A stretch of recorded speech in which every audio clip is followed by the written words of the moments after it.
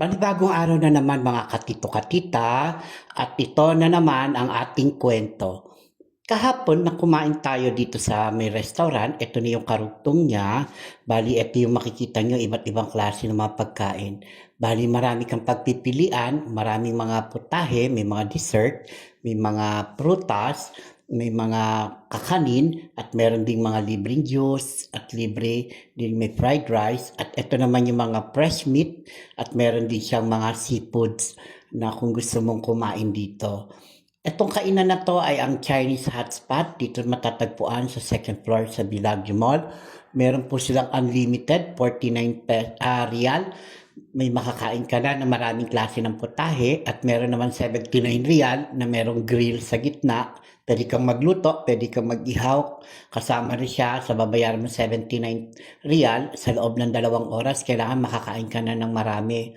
Kumbaga, pagpa hinay-hinay ka, pa konti-konti ka, sayang naman din yung oras at yung binayaran mo. Sulitin mo na lang kahit paano na matikman mo kahit konti-konti lang, wag mo naman ubusin lahat. Kung mauubos mo lahat, okay. At least nagbayad ka ng unlimited naman. At ng mga oras na to, meron tayong nakita na matagal na nating kasamahan, long time friend. Nung dumating tayo sa Saudi Arabia, siya rin yung nakahalubilo natin at nakasama natin sa ibang part-time. Ngayon, nandito siya at nakita ko siya at mamaya magsasama kami sa isang lamesa. At ng mga oras na to, habang hinihintay ko, kumuha ulit ako ng ibang mga pagkain, makikita nyo marami talagang tao. Meron siya ditong video okay. Kasi napansin ko kapag doon ka sa may grill, yung may lutuan, may 79 real yon, unlimited yun siya. Lahat ng gusto mong kainin, mga fresh meat at mga seafoods. Kung gusto mo kumain ng kumain, walang problema. As long as kaya mong ubusin. Huwag ka magtitira at hindi ka magti-take out. Ng mga oras na to ay dito tayo, umikot tayo sa loob ng China Hotspot.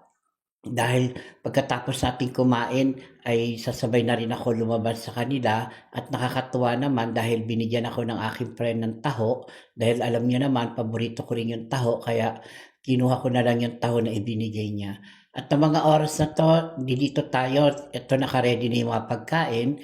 So sasabay na lang ako sa kanila, tatabi ako dahil para kahit paano hindi tayo boring.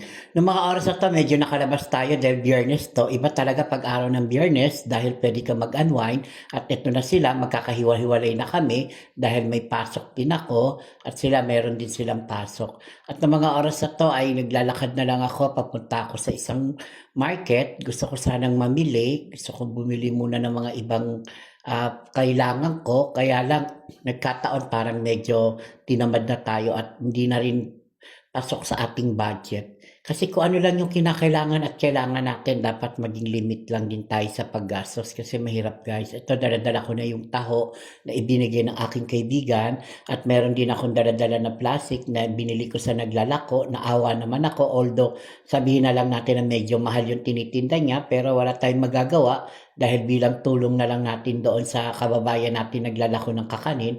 Kasi malaking tulong din yun. Yung iba kasi wala silang ibang sideline o wala silang ibang trabaho kaya yun ang ginagawa nila.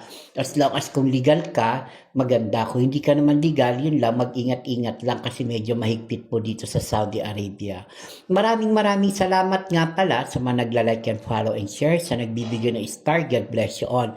Ito yung oras naman dito sa Bata.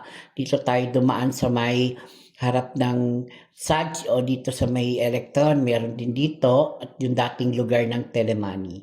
Ito, pupunta tayo at sasakay na tayo ng taxi. Maraming salamat. God bless you all guys. So may pagpalain kayo ng Diyos. Sa mga nagbibigay ng stars, maraming salamat. God bless you all. Bye!